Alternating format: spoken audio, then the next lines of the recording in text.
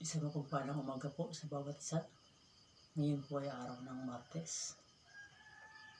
Narito po tayo sa ating programa na Life for Christ Ministry. Muli po, ito po ang inyong lingkod, si Brother Joey Raganilla, at narito po tayo muli sa ating daily devotion. Maraming salamat nga po pala sa patuloy na sumusubaybay sa ating programa. At maraming salamat din po una-una sa Diyos na nagbibigay sa atin ng kalakasan sa bawat araw na ang ating ginagawa. So ang ating pong pag-aaralan ngayon sa ating devotion ay makikita natin sa Exodus chapter 14 verse 14 na sabi po doon, ipagtatanggol kayo ni Yahweh, pumanatag lamang kayo.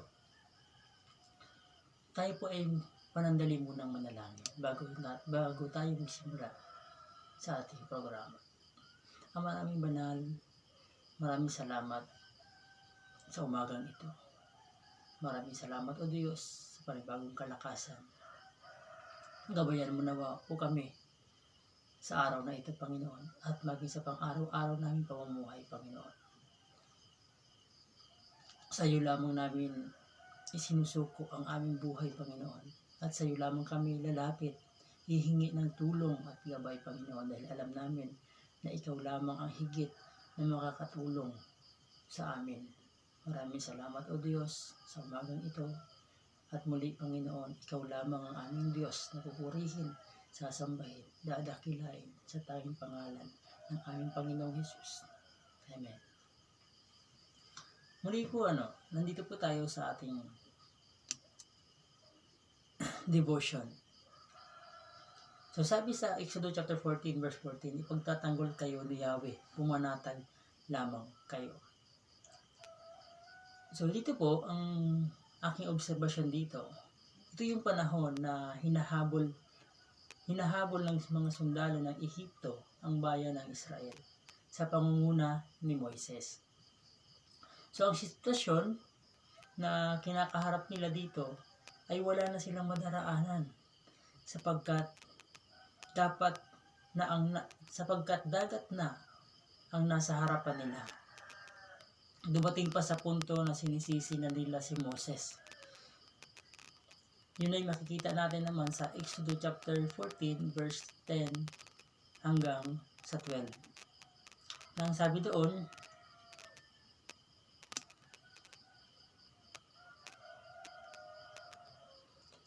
ang sabi dito sa Exodus chapter 14 verse 10,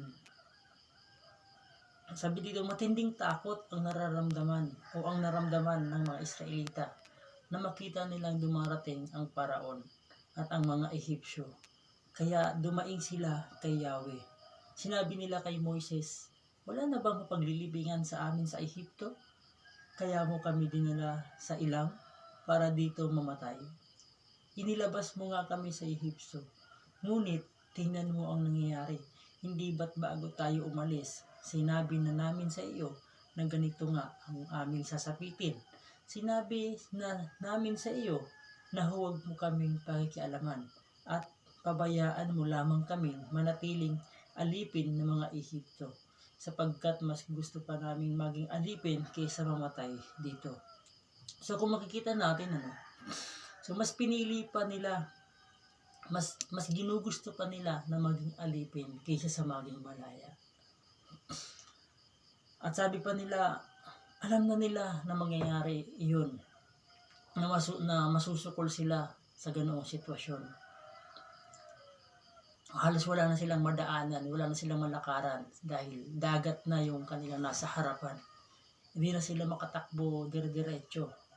At labi silang nag-aalala dahil aabutan na sila ng mga sundalo ng Ehipto kasama ng Paraon. Kaya naman sinisisi na nila si Moises. Dumating sa punto na sinisisi na rin nila yung Diyos na pinanampalatayaan ni Moises. Sa kabila ng sitwasyon na kinakaharap nila, pilit pa rin pinapanatag ni Moises ang mga Israelita. So yung makikita natin sa Exodo. Sa Exodo pa rin. Sa Exodo chapter 14 verse 13. Nasabi ni Moises, sumagot si Moises, lakasan ninyo ang inyong loob. Huwag kayong matakot. Tingnan na lang ninyo kung paano kayo ililigtas ngayon ni Yahweh. Hindi na ninyo muling makikita ang mga Ehipsyong iyan. Sabi sa verse 14, yung sa ating talata, ipagtatanggol kayo ni Yahweh. Pumanatag lamang kayo. So, sa kabila ng sitwasyon na nagkaroon na ng sisihan, sumbatan, nanatili pa rin si Moises na panatag at kalmado. Dahil alam niya at kilala niya yung kanyang pinanampalatayaan na ang Diyos ang gagawa ng paraan. Kaya sa kabila ng sitwasyon na kinakaharap nila, pilit pa rin na pinanatag ni Moises ang mga Israelita. Muli po mga kapatid, mga kaibigan, ang title po ng ating devotion ngayon, God will make a way. So ang Diyos ang gagawa ng kaparaanan para sa atin. Ano man yung sitwasyon natin, ano man yung pinagdadaanan natin, ano man yung problema sa buhay natin na tila para bagang wala ng solusyon, ipagkatiwala natin sa Diyos. Magtiwala tayo sa Diyos dahil ang Diyos ang gagawa ng paraan sa tuwing tayo ay magtitiwala sa Kanya. So dito sa aking application, ano mang sitwasyon natin sa buhay, maharap man tayo sa matinding pagsubok na tila wala ng solusyon. At minsan pa, ibubuntun pa natin sa iba ang mga pangyayari. Sinisisi pa natin ang ibang tao. Minsan pa nga, pati ang Diyos nasisisi natin. Pag andun tayo sa sitwasyon na tila wala ng pag-asa. Dahil sa ating mga kabalisaan at pagkatakot, dumarating sa punto na di na tayo nakakapag-isip. Hindi na tayo nakakapag-isip ng maayos kung ano-ano ang ating nasasabi at naiisip. Pero kung aalalahanin natin lagi ang salita ng Diyos at ang sabi sa ating mga talata na pinag-aaralan, ipagtatanggol kayo ni Yahweh, pumanatag lamang kayo. So, mga kapatid, ano man yung ating mga pinagdadaanan, sana ipanatag natin yung ating sarili bago tayo gumawa ng desisyon. At unang-una, ipagkatiwala natin sa Diyos ang bawat araw. Magtiwala tayo sa Kanya na higit sa lahat na makakagawa ng lahat ng bagay. Dahil sa Diyos, walang imposible.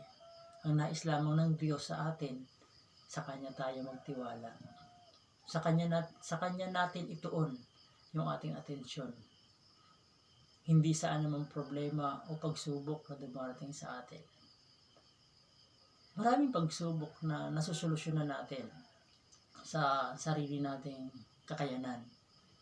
Pero minsan, darating din sa punto na magkakaroon tayo ng pagsubok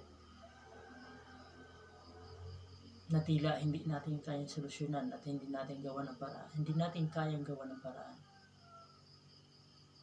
Ipagkatiwala natin sa Diyos dahil ang Diyos ang gagawa ng daan. Ang Diyos ang gagawa ng paraan para malagpasan natin ang pagsubok na yon. Dahil ang nais ng Diyos, magtiwala lamang tayo sa Kanya. Tayo po'y manalangin. Ama naming banal, maraming salamat o Diyos sa umagang ito, sa panibagong araw, Panginoon. Dalangin namin, Panginoon, na pagkalooban mo kami ng panibagong kalakasan, Panginoon. At tulungan mo kami, Panginoon, Dagdagan mo ang aming pananampalataya, O Diyos, na kami ay sa iyo magtiwala sa anumang sitwasyon na aming pagdadaanan. Na sa iyo kami magtiwala, Panginoon, sa bawat araw ng aming buhay na tatahakin, Panginoon. Maraming salamat, O Diyos. Ikaw lamang ang aming pananampalatayanan. Ikaw lamang ang Diyos na aming sasambahin at dakilain sa tanging pangalan ng iyong anak na si Jesus. Amen. Maraming salamat po muli at maraming salamat din sa bawat isa na sumubaybay at sumabay sa ating devotion. At nawa nagustuhan nyo ang programang ito. At sa mga susunod pa natin na talakayan, marami pa po tayong pag-uusapan para sa ating pang-araw-araw na pamumuhay. Tayo po ay magpakatatag lagi ano man ang sitwasyon natin pagdaanan. Maraming salamat po at God bless you po.